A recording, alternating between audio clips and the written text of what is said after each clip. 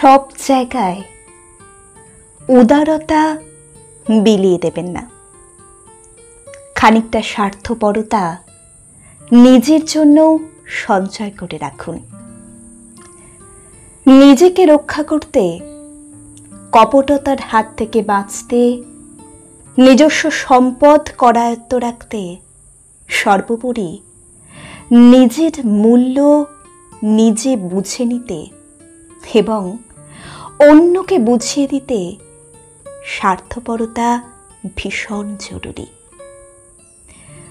অন্তত আত্মসুখে স্বার্থমগ্ন মিছরির ছুরিরূপ বন্ধুবেশী শত্রুদের সামনে একটা স্বার্থপরতার দেওয়াল তুলে রাখা ভীষণ প্রয়োজন।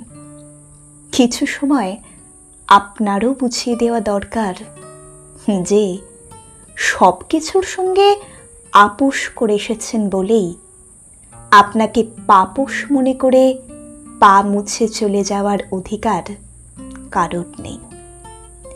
কেউ স্বার্থ মিটিয়ে আপনাকে ত্যাগ করার আগে আপনি বরং পাপোশের মতো তাকে ছুঁড়ে ফেলে দেওয়ার অভ্যাস তৈরি করুন।